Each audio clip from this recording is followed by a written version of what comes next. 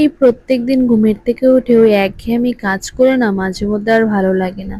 তারপরে এই সকালবেলায় উঠে তাড়াতাড়ি করে সব কাজ রেডি করে আমার বাচ্চাকে স্কুলে পাঠানো, এটা মনে হয় একটা চাপের বিষয় হয়ে পড়েছে। তো কিছু করার নেই, স্কুলে তো পাঠাতেই হবে, কাজও করতে হবে। বাসন মাজতে বসবো তখনই দেখি আমার ছেলে উঠে পড়েছে। ওকে কোলে করে নিয়ে একটু বুঝিয়ে তারপর আবার লেগে পড়লাম কাজে। সকালের এঁঠো বাসন যেগুলো ছিল ওগুলো ভালো মতন করে মেজে ঘষে পরিষ্কার করে রেখে দেবো, কারণ সকালবেলায় ঘরটা একদম ছিমছাম না থাকলে না একদমই ভালো লাগে না। আর যেই সব নুড়িগুলো ছিল ওগুলো দিয়ে গ্যাসটা মুছে ওগুলোকেও ভালো মতন করে ধুয়ে মেলে দিব। ওই যে বললাম, একটু ছিমছাম না থাকলে ঘরটা, রান্নাঘরটা সে যেমনই হোক না কেন, পরিষ্কারটা সম্পূর্ণ নিজের উপর।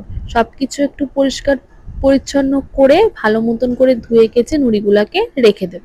ওই হাওয়াতে একটু শুকিয়ে যাবে। এই টেবিলটা জানো তো অনেকটাই কিন্তু আমাদের আমার বিয়ের আগে থেকেই টেবিলটা ছিল, এখানে এখনো খাওয়া দাওয়া করা হয়। যাই হোক, তারপর ওগুলো পরিষ্কার পরিচ্ছন্ন করে নিজের বাসি বিছানাটা গুছিয়ে নিলাম। মাঝে মধ্যে না কাজ করতে করতে খুব ক্লান্ত লাগে, মনে হয় একটু রেস্ট নিই, কিন্তু কিছু করার নেই, এরই নাম সংসার, কাজ তো করতেই হবে। আর এদিকে পটলের চোষা পাশে কাচকি শুটকি সিদ্ধ বসাইছিল মা, ওটা দিয়ে রান্না করবে।